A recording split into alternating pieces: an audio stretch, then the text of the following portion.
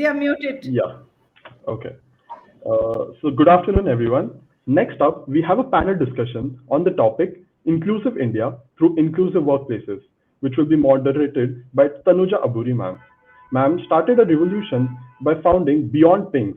It is a consulting firm which helps organizations develop a diverse workforce and build inclusive workplaces.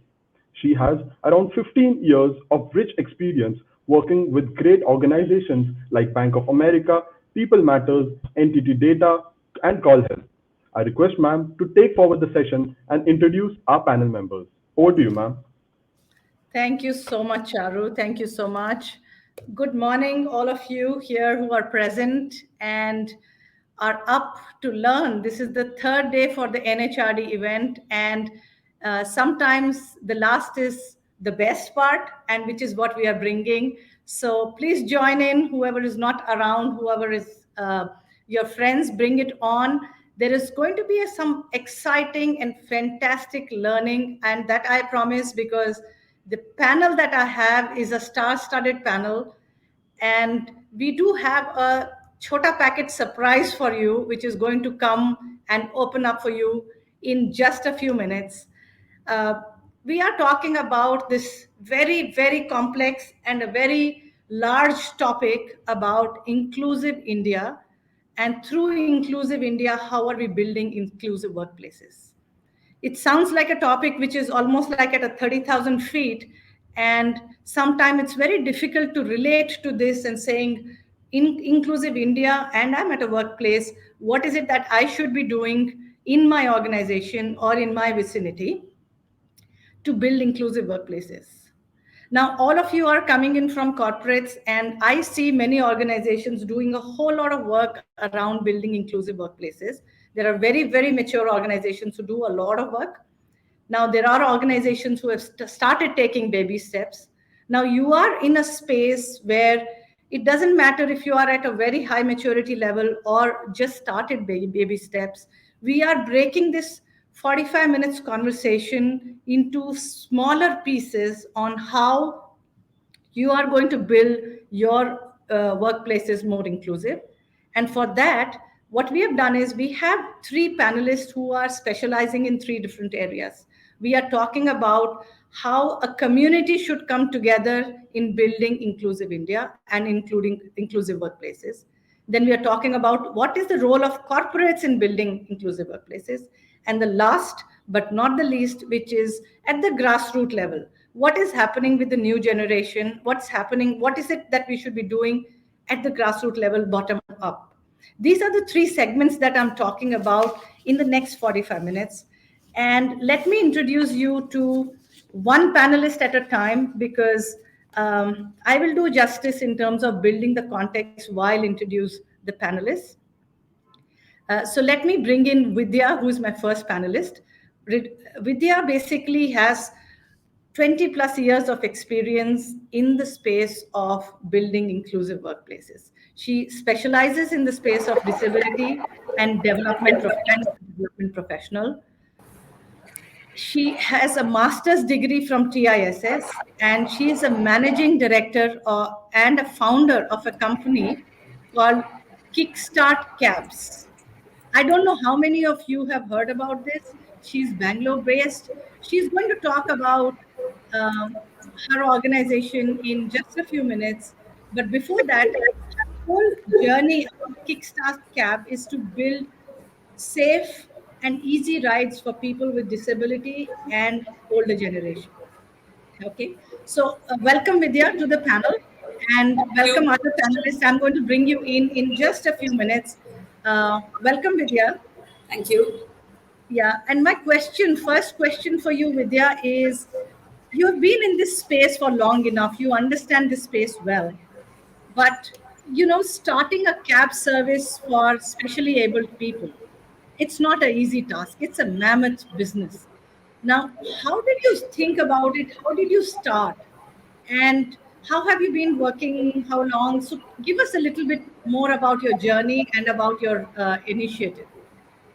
Yeah, okay. Thanks for the introduction. And hello, everybody. A very good morning to you all. So, yes, I started Kickstart about 7 years ago. And before that, like you mentioned, I've been in the disability sector for about 20 years. So I sort of understand what the needs are, what the issues are that people with disabilities face. I mean, I can never claim to understand the entire issue ever, even if I work for it for 50 years. But I know what are the issues that could, what are the services that could possibly help people with disabilities lead a more fulfilled life, right? So and transportation and mobility is, there's a big gaping hole in this area in terms of people with disabilities getting out of their homes, moving Yes. out and doing things that everybody else does. And that's something I knew. And having I was working in the non-profit sector, and I wanted to do Okay. something different. So, and that's how Kickstart started. Um, yes. Should I So, continue? Yeah. yeah. Continue. I think tell us more about your initiative Yeah, okay. on So we are a people. transportation company that provides transportation solutions for people with disabilities and seniors, or people with any kind of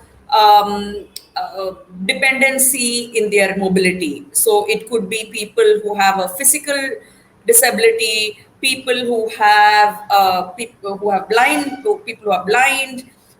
somebody could have autism, a senior Got it. citizen who finds difficulty in Sure. entering and coming out of a car. So the entire range of people who need some kind of assistance in their mobility. In fact, for corporates, we even provide transportation for women who are pregnant, because our and that is because I'll tell you why. We have two parts to the service that we do.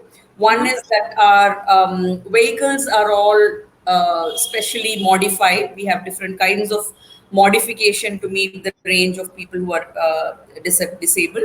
Yeah. And the second part is that we have specially trained drivers. So our drivers are all sensitized on issues that their customers face, Sure. from how to speak to them to how to assist them to the Understood. entire range. So Got it. so our drivers will not drive like this on the roads, and therefore they it is safe for people with, even with people who are pregnant. Pregnant women. Yes. Got it. Yeah. Um, So I think what you're trying to solve here, Vidya, is the first mile, the first bit of how do I get out of my house being disabled. The first part is the mobility part. That's the first part that we are trying to address. Now, this is a message for the corporates that there is a community level work, there is a NGO which is working to make something very, very specific to solve this problem. So when you're looking at solutions, when you're looking at building inclusive workplaces, you need to engage with community. You need to engage with ecosystem to make differences. This which is where Vidya brings her expertise. Now, at this point in time, I want to bring in my other panelists. I have Mandar Salunke. Mandar works for Infosys. He is a quality assurance manager with Infosys with over 10 years of experience. Welcome, Mandar. Thank you. Thank you. Yeah. So Mandar is a expert in lean management. He's a data analyst person, and he's won 2 times Excellence Award, one of the highest awards within Infosys. So welcome, Mandar, for your achievements. Now, Mandar is going to talk about his journey, and you will learn more about what he has to say. And my question for you, Mandar, is tell us what kind of challenges. I'm not even talking about your background, you are going to give that introduction. What kind of challenges you faced while you were looking for a job in a corporate? How Right. was your journey? Right, Tanuja. Thank you so much for such a tall introduction. And good morning to everyone. So, my name is Mandar Salunke. I stay in Pune. And before I get started on the answering your question, let me just give you background. You may find my upper body to be absolutely normal and, dare I say, even handsome. But my lower body is altogether a different ball game. I am orthopedically disabled individual. Now, in layman's term, if I have to put that, basically my legs are as useful to me as an umbrella in a Mumbai rainfall, right? Pretty much useless. So I go about my life through wheelchairs, calipers, and I have no regrets. I enjoy the dedicated parking in a more crowded mall, right? On a Christmas parking. So it's a beautiful way of handling. And if you look at the challenges, the first challenge is, when a disability is hit to a normal person, your life starts slightly well behind the start line of everyone else. So your world is completely different. So I was talking to a friend and I said that I met my worst enemy when I was in school, and that's the stairs. And every time I see stairs, even now, I my heart skips a beat, and not in a romantic way at all. So the world was completely always against me, and I was trying to always fit into this world. And even now, things have really not changed much. I mean, if you look at most of the ATM kiosks are not wheelchair friendly, and even if I do manage to get in, I can't really type my pin from sitting on a wheelchair, right? So yeah, Right. that's one thing, that is where our life starts quite far behind than the normal race of life. And if you look at the job part, so the most important thing that have happened in my life is that my father, my mother decided that he has to be educated against all the odds. So everyone gave him the advice that he should probably save some money and put a small tea shop or a pawn shop for me. And I'm really thankful he didn't really pay much heed to that advice. And my life started with education. Obviously, the schools were completely against me, and I was trying to fit in. But I'm really glad that somehow I was able to go through my engineering and my MBA. And when I did my engineering in a field that I truly love, that's oil and gas field, the only thing that I was not getting is a job, and not because of any lack of academic qualification, but due to disability. And that really hurt me.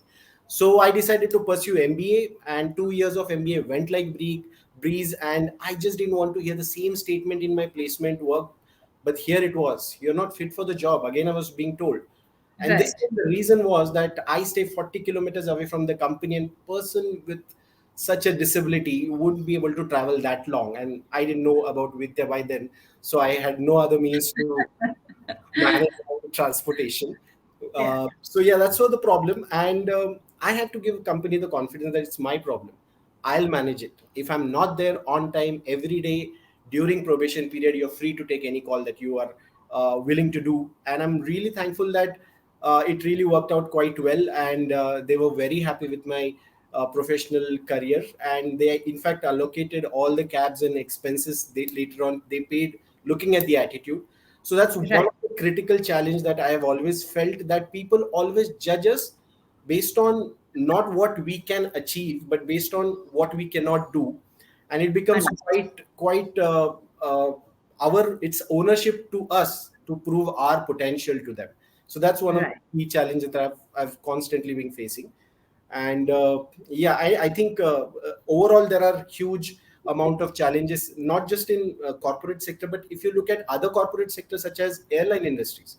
So if I Mm-hmm. go to airline and if I request them to put my wheelchair in the baggage compartment, they consider it as a weight, and I have to fight and get an exception. So it's Right. really, as per law, it's not even to be considered as a freight weight.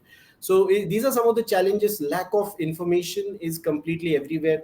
Calipers, which are not a fashion accessory for a person like me, but we are not having any information about it at a central location where we could get it, at an affordable location where we could get it. So these are some of Sure. the challenges, Tanuja. Got it. Got it. And I absolutely love the spirit that you have on, you are upbeat, you are taking the challenges to your stride and making to your strength. And we are going to talk about how you're taking this journey forward in just a minute. But it's very interesting to see about, I will have challenges. There are systems, infrastructure which is not ready. But what is ready is my attitude. What is ready is to prove to the world that I can. All I need is just one opportunity. And my urge here to corporates is give opportunities and you will see miracles happening. And here is one miracle sitting in front of you. Thank you, Mandar, for that introduction. And now is the time for me to unveil the surprise element of this panel. She is the youngest panelist out of the entire event that we have for the 3 days.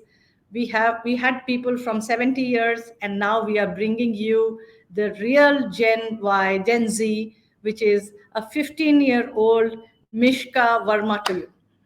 Mishka, if you can switch on your camera, people would like to see you for sure. And I will tell you about this Chota packet that we have. Mishka is a YouTuber, she's a podcaster, she's a short filmmaker, she goes to school, she's an ally, and she runs her own YouTube channel, which is called Mishka the Billy of Hollywood. Okay. Mishka also is a co-author of a book called Equally. And all ladies and gentlemen in the age of 15 years. Mishka, are you with me? Or she just dropped out just now? Hi. Our system seems to be giving a challenge. We'll wait for a second. And we are all excited. All Hello. right. Yes, Mishka, we can hear you. I'm so sorry for that glitch. No problem. So we will see First, you in a minute. okay. Yeah. So welcome, Mishka, to the, I would say, one of the largest conferences of HR professionals, and you being the youngest, sweetest kid here. And I am very wary of using the word kid because you are not a kid by any standards. So how does it feel, Mishka, to be in this panel or in this conference? What are your Um, thoughts? First of all, I would like to, thank everyone for joining in. And to be honest, I'm like honored to be here because this is such a huge opportunity for me as an ally to interact with other panelists here to hear their views and actually help in making a difference when it comes to inclusion and diversity in the workspace or just in the world. Thank you so much. That's fantastic, Mishka. So I would like to hear from you on, you're just 15. When did this journey start? How did it start? What happened? What triggered this whole being an ally? Um, First of all, I don't think my age has ever been a barrier for me, or I don't see it as an advantage or something. I feel Mhm. like there is no age to be an ally. So, but I'm glad that I am an ally at 15. But this whole journey started when I was 10. That's like 5 years ago. Right. And honestly, before that, I really didn't know much about the LGBT community. But at the same time, I didn't have any notions about them. Like, no one came to me and told me that they're this or they're that. So I was pretty much neutral. My journey of being an ally just started off with a conversation that I had with a trans woman back 5 years ago. Mhm. And I think the mistake that I didn't make when I, conversed with her was you know, going with a preconceived notion about the community or about her. I think I just went and spoke to her as a normal human being, just conversing with another. And I think when you don't, have so many preconceived notions in your mind about somebody else, you just go and see the other things about them. And I feel like that I'm so glad that I got to converse with her. And Yes. but after hearing her story about how the society didn't really accept her, I started feeling ashamed to be a part of this society. I don't want to be a part of a society which does not accept somebody for who they are or judges somebody. And I feel like I don't think I can make such a big change at 10, but what I can do is surely change myself. And if I feel something is not right, what can I do to change it? So I think I changed the way I look at not only the LGBT community, just every single human being as just a person Sure. out there who is amazing. So yeah, and I think all the LGBT community needed was an ally. They don't need a spokesperson to be like, oh, we need you to support us, we're awesome or anything. I think they just need somebody to be beside them, not in front of them or behind them. They just need somebody to hold their hand and help them out. Got it. Got it. No, very beautifully put. All she's trying to tell is, just accept people as they are. We don't need to basket them one way or the other. And the influence, if you see, ladies and gentlemen, here is the household and the upbringing. It matters a lot in terms of there was no preconceived notions which she was given. She was just allowed to interact and make her own sense of judgment. And that's something which we are going to continue talk about on what is it that we are doing with the new generations? What do we do at households? Inclusive India is not about something which is going to happen magically somewhere outside. What we do on a daily basis, what happens at homes, is what is going to translate as a building block. We will spend more time on that part. Now, another important part which she touched about is just be with them. You don't need to do anything extra. And if you hear Mandar's story, the underlying theme about both these points they are saying is, you know, just accept them, allow them to thrive in the environment they are, and you will see magic happening. I think that's the very, very important messages which are coming out.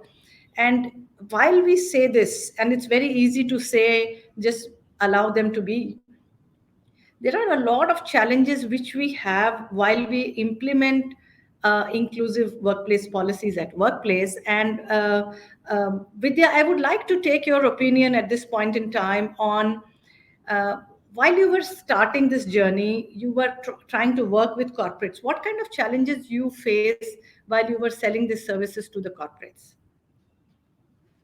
the CAP services? Have you lost Vidya? Okay, so My mic was disabled, sorry, by the host, it said. Uh, okay. okay. Did you hear Um, my question? You want me to repeat? yes, please repeat because I was looking at the mic. Okay, no problem. So I'm saying on one side, we are saying allow people to be who they are and accept them as they are. But there Right. are big pieces that we need to work when we are in corporates, let's say, like offering cab services for people. Now, Mhm. you on the other side of the story, when you approach corporates, when you approach them for these services, what kind of challenges, what are the roadblocks that you find for you to implement something like this? Okay. So I think basically a couple of challenges. One is that in the disability sector, and I've been there, for long enough to say this with a little bit of authority, that Yes. in the disability sector, still in India, everything, I mean, disability means it's a charitable thing and things have to be free, Right. right? So the minute you say you want to charge for a service, then it it's not a very welcome thing, because for I mean, historically, disability is a very charitable kind of viewed as a very charitable issue in India, and Right. so putting a fee, putting a number to the service is one big challenge. And the other thing with corporates is that there's a I think it's extension of the same thing of charitable. While corporates are now actively looking to hire people with disabilities, a lot of them have it as part of their HR policies and all of that.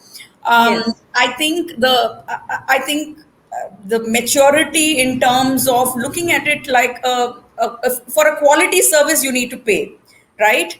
And so while they may hire people with disabilities, I know a lot of companies say that, okay, we will just provide floor vehicles. That means these small hatchback vehicles, and so that it's Right. easier to lift and put a disabled person versus a big, an SUV where it's then more difficult. So I feel there's a lot of compromise in that. I mean, in terms of if you're a Right. corporate company and you have, your other key result areas, you will not compromise. But something like this, Right. I feel there are compromises that you will Impediments. say, Yes. okay, well, let's try to do, we'll cut corners, let's try to do what we can best, and that kind of a thing. And that is a big challenge.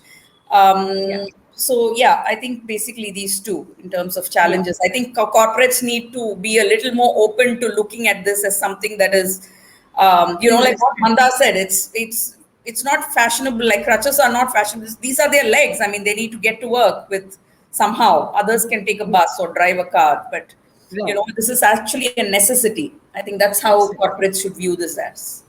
Sure. So very important message for corporates here, and it just feels like gyan when we say corporates should do this, corporates should do that. But you need to understand these are building blocks. If you're looking at building workplaces which are inclusive, there is an investment. Any policy, anything that you're looking at, and you're talking about building a future workplace. It's not just talking about today. If you want to engage with a person like Mishka, you need to start building a future of workplace where she says, I want to work with this organization which is inclusive. So it's not a choice, but it's a necessity. The mindset with which you approach inclusion is very, very important. I do see a lot of questions coming in. We are going to take why are we talking about inclusive workplaces? How do they look like? All of those are going to come in the Q&A section. Just be with me. We just do this journey for another 15, 20 minutes with me. Yeah. Now, Mandar, I want to bring you in. And while I was talking to you during this preparation for this session, I do hear that you are not stopping at just getting a job and settling down. You are going out there to help others. Okay, there is a lot of work which you are doing. I don't want to say anything about the work that you're doing. I would let you talk about it. But uh, it's it's not about you. It is about creating a ecosystem. Tell us more about that journey. Sure, Tanuja. So I think I'll give a bit of a background because the story will always carry the point much better. Sure. So, like I said, I was absolutely born normal, but 26th of February 1984.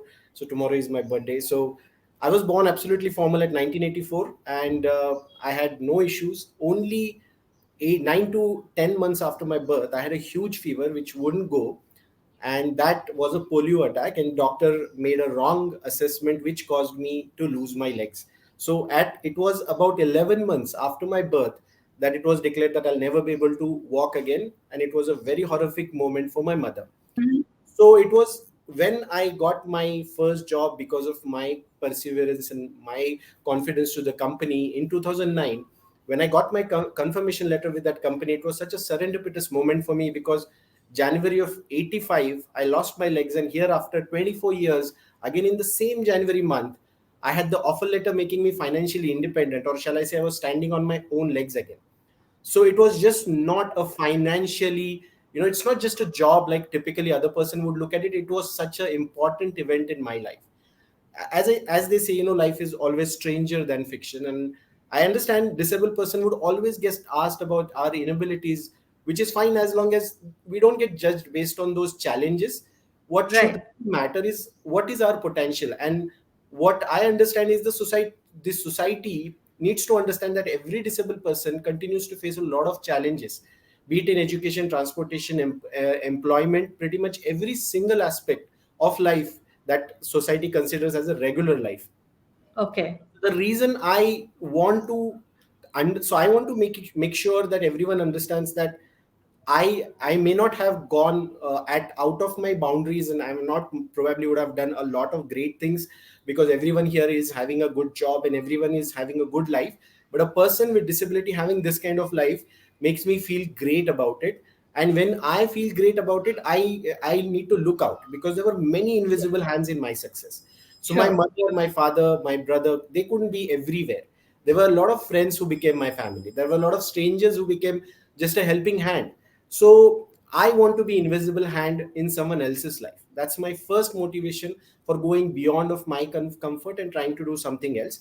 So what I'm Mhm. doing, I try to help. There is a disabled friendly school over here, so I go there. I teach them English. I teach them computer skills. I teach them about motivational, because these are the children who come from rural Maharashtra. They have not had they've been looked upon as burden by their own family members, by their Right. own supporting family people. So considering all that, I try to help them by increasing their thinking level. I tell them that impossible is nothing. I tell them all about what has been achieved by others despite of their disability, be it Dr. Stephen Hawking's, and be it every one of other examples. I give them good books to read. I tell them stories about these motivational talks. uh, we talk, obviously we try to teach them how to interview, how to crack an interview, how to get jobs, how to follow your passion, how to discover yourself. All these I only try to impart in them. And I've been glad to see that a lot of things have changed in last 3 years.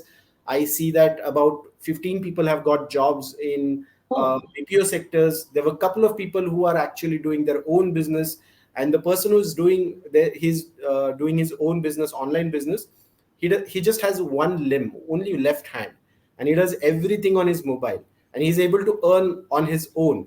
So when he gives me that kind of a report that, sir, I've earned this much in this month, I feel so good, despite all the accolades that I myself would have achieved.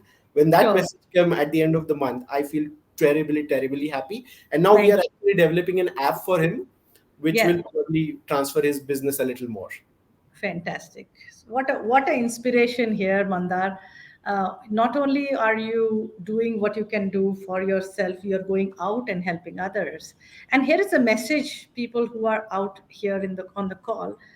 Um, it's very easy that within my space, I'm happy. Mera ghar saaf hai, so everything is okay, versus what can I do beyond is something. When we are saying we want to build inclusive workplace or an inclusive India, we have to go out of our comfort zone and do what it takes. Mandar had a choice to just stay happy wherever he is, but he's going out and helping 15 other, 20 other, 100 other people. So it's not built by itself. You cannot build an inclusive workplace or inclusive India on its own. There are hundreds of us who have to come together to make it happen. One drop in the ocean, ladies and gentlemen, are these three people who are doing their bit. There is a lot to learn from them. Mishka, I want to come back to you. And if we can see you, it will be fantastic. Can we have Mishka up on the screen? And you can see a balloon which is saying 15 at the back. That's what her age is. And she's talking about how she expects the future of the workplace should be. Which organization would she like to work in? So, Mishka, what is your expectation from a future workplace?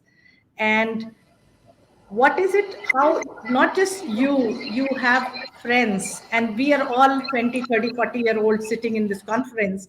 You are the future generation workforce. You interact with your friends, etc. So tell me, what is it that you expect and your friends expect from a workplace? Okay. So I guess this generation of ours, Gen Z, not many of us don't know what the LGBT community is about or don't know what gender and inclusion and diversity is. I think we're all pretty much aware of it, but the only thing we don't know is how to support one another, because it Yes. I honestly think that our generation is very awkward, and sometimes interaction and trying to express what we feel to others is a barrier for us. That's what the whole gap is. That's why there's a huge gap right now in the workspace. At least I feel that way, that Okay. there's this new set of people coming in, and their ideas are clashing the with the current existing people. And I feel like communication is the best way to bridge that gap. But to bridge that gap, I think there should be some mutual understanding. So let me speak about what my friends and I, or basically what this generation expects from the workplace. Mm-hmm. Um, First of all, I don't want to come here and give examples of, you should have bathrooms which are, gender inclusive, or Sure. or you need to write all the genders in the form. You need to include everything. I don't want to come here and give examples, because that's what you see in all organizations at the tip of the iceberg. I'm going to give this iceberg example. When you Sure. see an iceberg, you can only see 10% of it above the water. Rest 90% is below. And right now in the workspace, what we're all seeing is only the 10% above. All the inclusion, the diversity, everything that we're all talking about, they're only trying to show 10% of it. But the actual problem lies in the 90% which is under.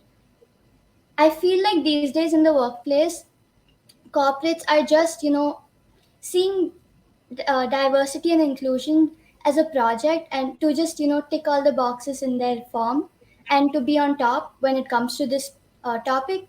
But I feel like there's no actual motivation, or there's no actual they don't want to do it. That's what I feel. I feel like, oh, so I'm a corporate, I have to do Mhm. gender and inclusion in my workspace. How do I do it? Okay, fine, these are the, I'm going to hire a person who is disabled, I'm going to hire this person.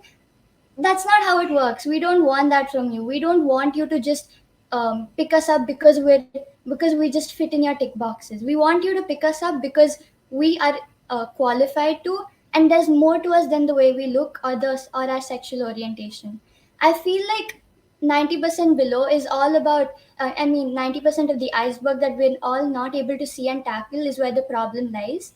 The Mhm. foundation of your workspace. Half the people I feel don't even know how to interact with another colleague who is not of the same orientation. In the process, there's a lot of awkwardness and stuff.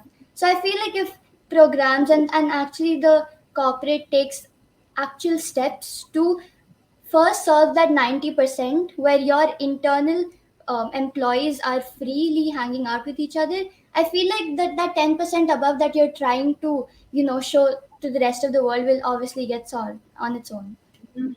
So what we're expecting is just the right intent to do this. We don't want you to do this because it's a project for you. We want you to do this because it's going to help everyone in the long term. It's going to help us because by the time we come to your organization, we know that we can feel safe, and no matter how we look, no matter what disability we have, we're accepted Mhm. for who we are. Fantastic. So, ladies and gentlemen, I know there are a lot of practitioners who are out there in this session. There are people who are building organizations. You could be coming from very mature organization or maturing organizations. Here is the future of workplace talking to you and saying we don't want wish wash. We want intent, and the intent will convert into action, right? That's the message which she is giving. Now, people are asking questions. I'm going to take that question and build it with the answer which Mishka gave just now. Is why are we doing this inclusion? What is the purpose? What is it that inclusion means, and why are we doing it? Here is an answer which she gave, that if you want to engage with me, if you want me to come and work, you need to show me the intent that it is safe for me to come and work. It's open for any people to come, any kind of person to come and work in that organization. That is what is the expectations.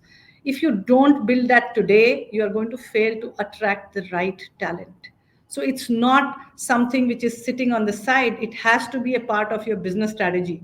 Diversity strategy cannot be running something in parallel. It has to be built into your main strategy. So that's what Mishka is saying, and I will stay on this point itself. Mishka, is uh, did you find any resistance within your group, within your school ecosystem? Because there is one question which did come up about what school should be doing, and how did your friends react when you started talking about allies and stuff? Okay, so the school that I go to, at least since we were young, I guess I went to that school in first grade, and since then I've been there. The whole environment is very open. I feel like schools play a major role in that. So thankfully, and I don't face any backlash from my classmates, thankfully, because we've all grown up in an environment where we all accept one another. But I know that that's not how, it's not the same everywhere else. I'm pretty sure that in many other schools, kids my age, kids younger than me, elder than me, are are scared of not being accepted for who they are. They're scared of being bullied, dragged, and like I feel like that's what schools should bring in. I think they learn from their teachers. Honestly, in my school, there was this chemistry teacher, and he kept on giving homophobic examples. And I'm Mhm. not going to blame him.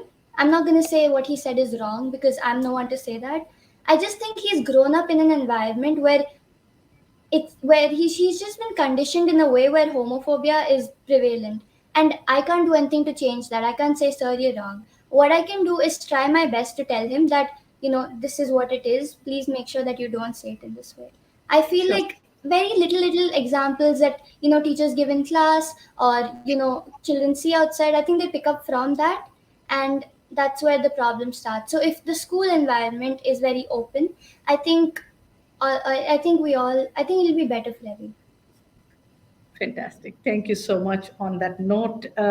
So, inclusive workplaces cannot be built in isolation. We are talking about ecosystem. One leg of the ecosystem is the schools, the colleges. There was one question which did come about colleges.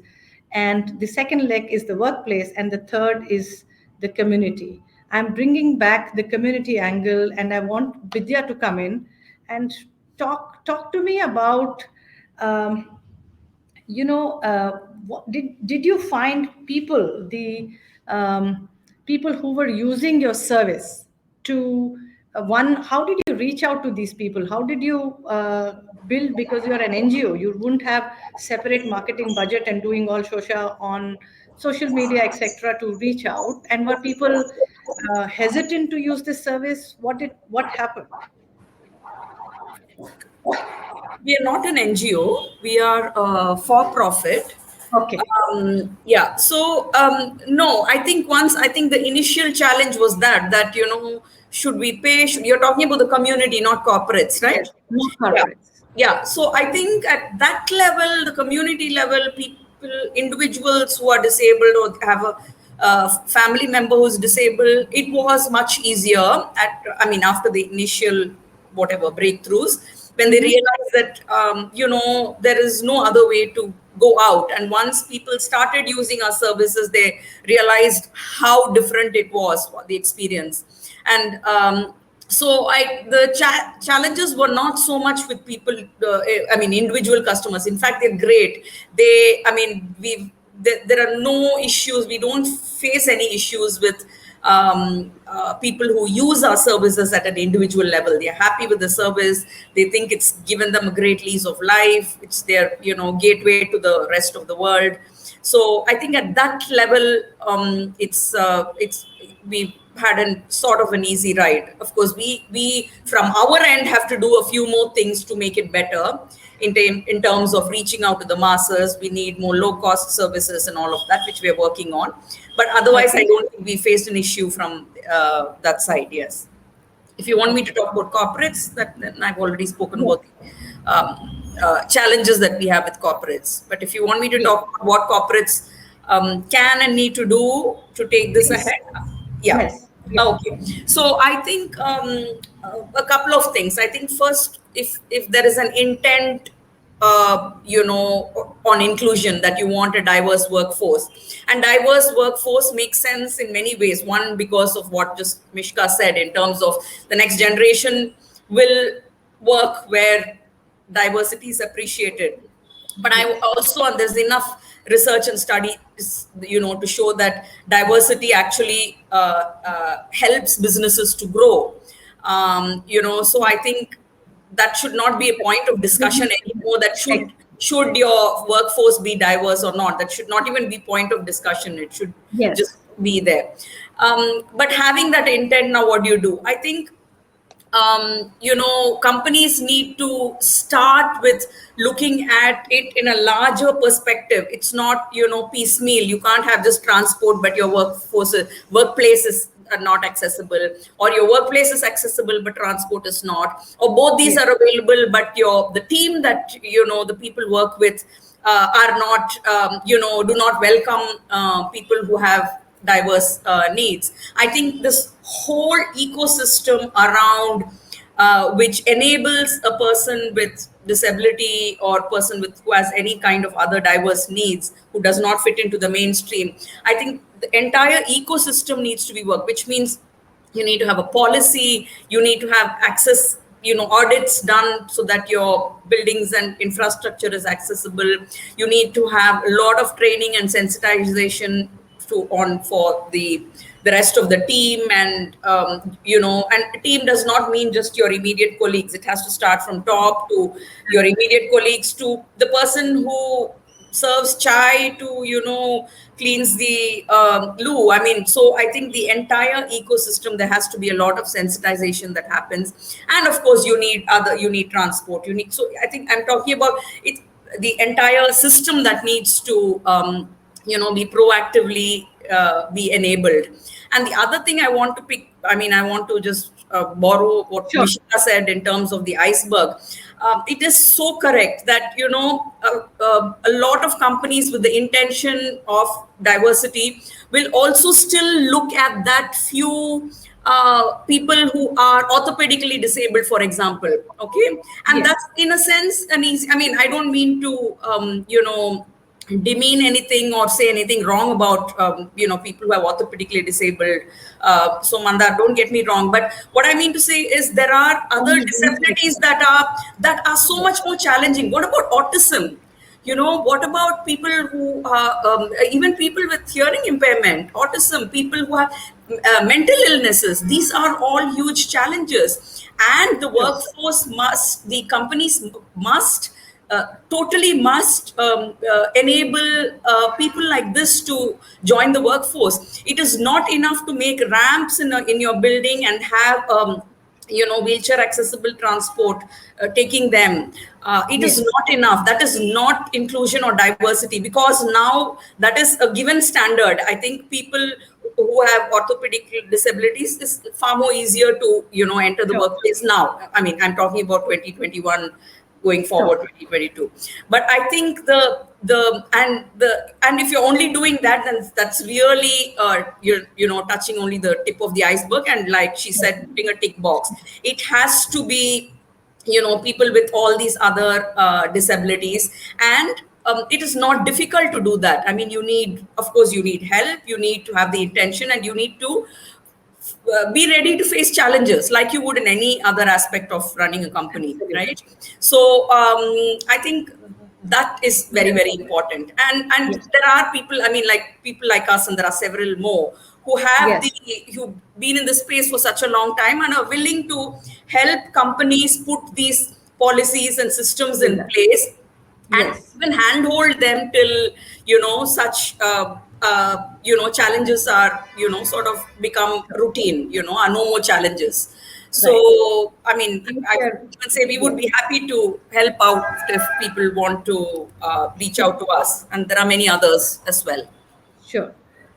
So, on that note, Mandar, I want to bring you back in on what she just mentioned. It's not just one disability, there are multiple. Are we kind of looking at disability is just one part? There are multiple other things which she spoke about. Uh, One is the physical infrastructure bit that she's talking. The other part, which is the most complex one, is the mindset. You did touch about that. And my question to you is, you are coming from a mature organization, which is perhaps much more accepting, understanding, giving, etc. You do interact with people who are not getting that opportunity or are looking for jobs. And what do you do with other organizations, the maturing organizations? One, from an infrastructure of everybody understands. The second is the mindset. What if I don't have infrastructure, if I have mindset, that's a good thing. So choosing between the two. Talk to me about the biases and the mindsets people have, and especially in maturing organizations, not in mature organizations like yours. Sure.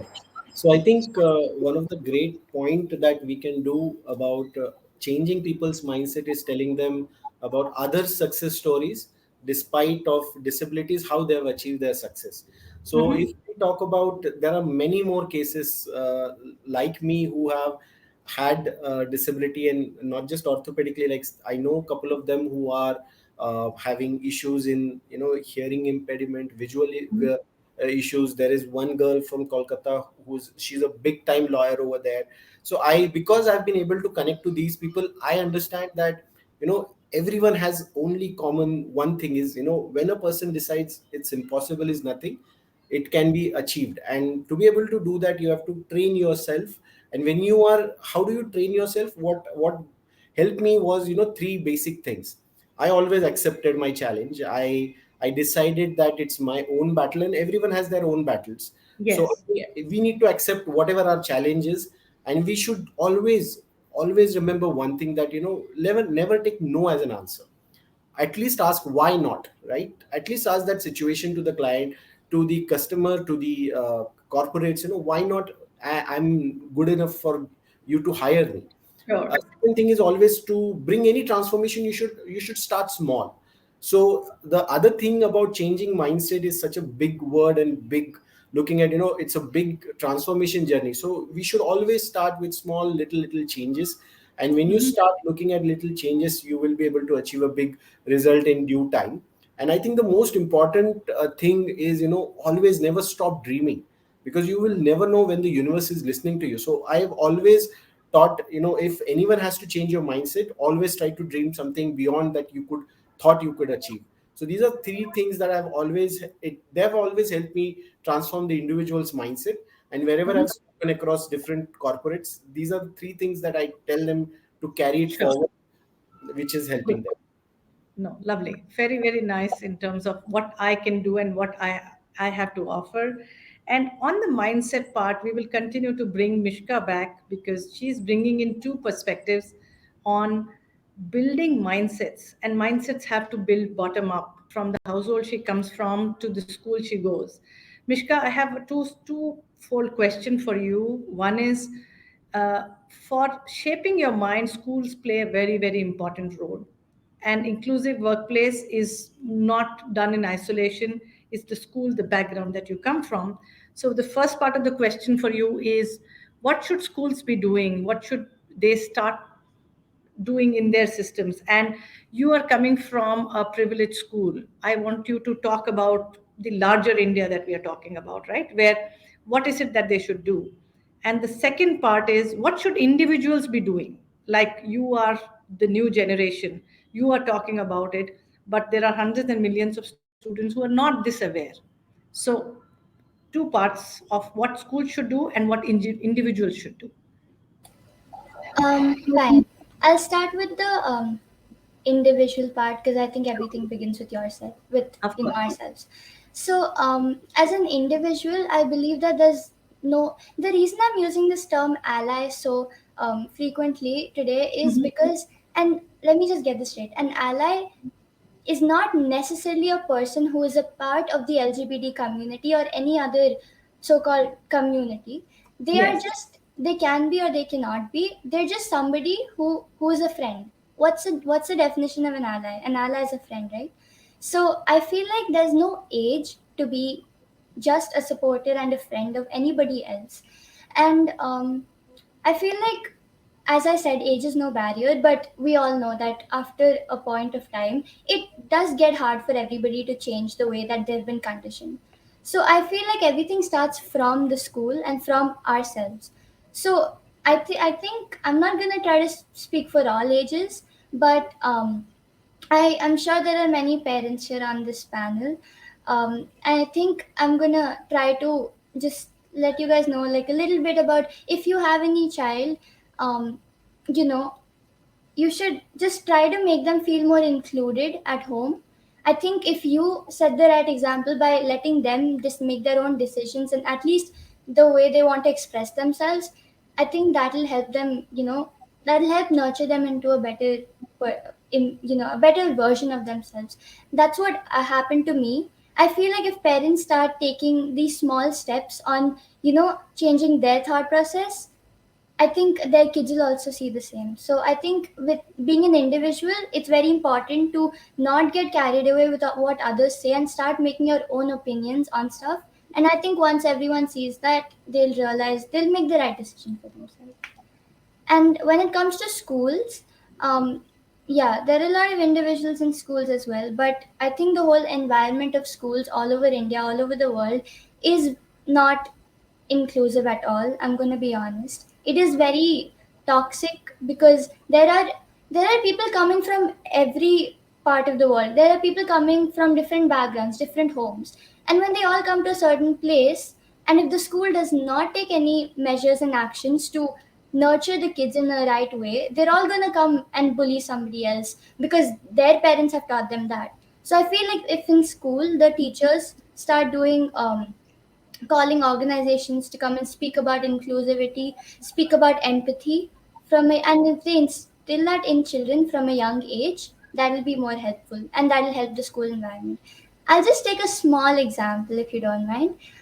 In Sweden and Norway, Yeah, in Finland and Norway, like in Europe, these two countries, what they have done, the reason why everyone says that people from Finland and Norway are very empathetic, they have a lot of good moral values. The reason is because in their school system, in their educational system, topics such as empathy, inclusion, awareness have been taught since kindergarten. All these children have been nurtured with values, and that's why they're so nice to each other, because they all know that this is important. Studies don't matter if you're not a good person, if you don't know how to interact with somebody else. So I feel even in India, schools should start teaching these topics and mainstreaming them into the curriculum. Got it. So one is it starts bottom up and it starts inside. You have to shift something from inside. That's the message which Mishka is giving. And we are just almost about to close. I will take two questions. We did try answer whatever people have asked while we were making the program. So we do have questions which we have taken a few. Um, One question which came up, and maybe this is something which all of you can answer. Let's see.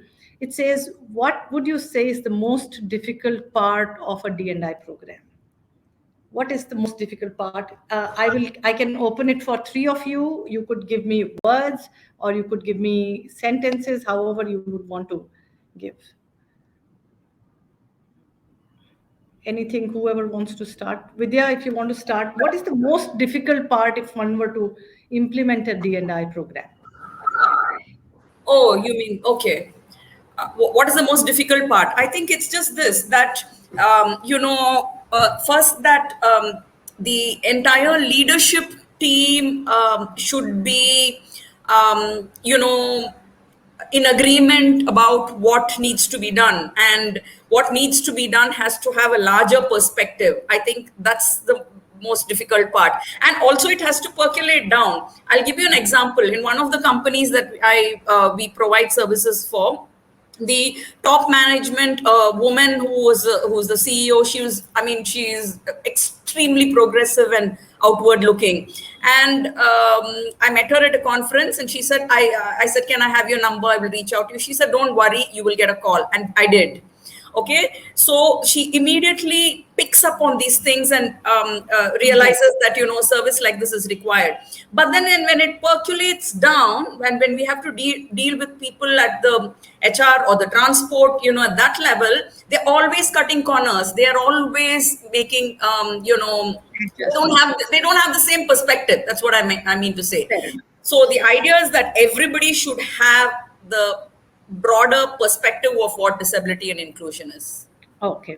And we have 2 more minutes to go. So maybe this question we could continue to ask, and maybe quick answers. If you can give me, I will go with Mandar and we'll close the session with Mishka. What is the most difficult part in the D&I journey for a corporate? I think I'll keep it short.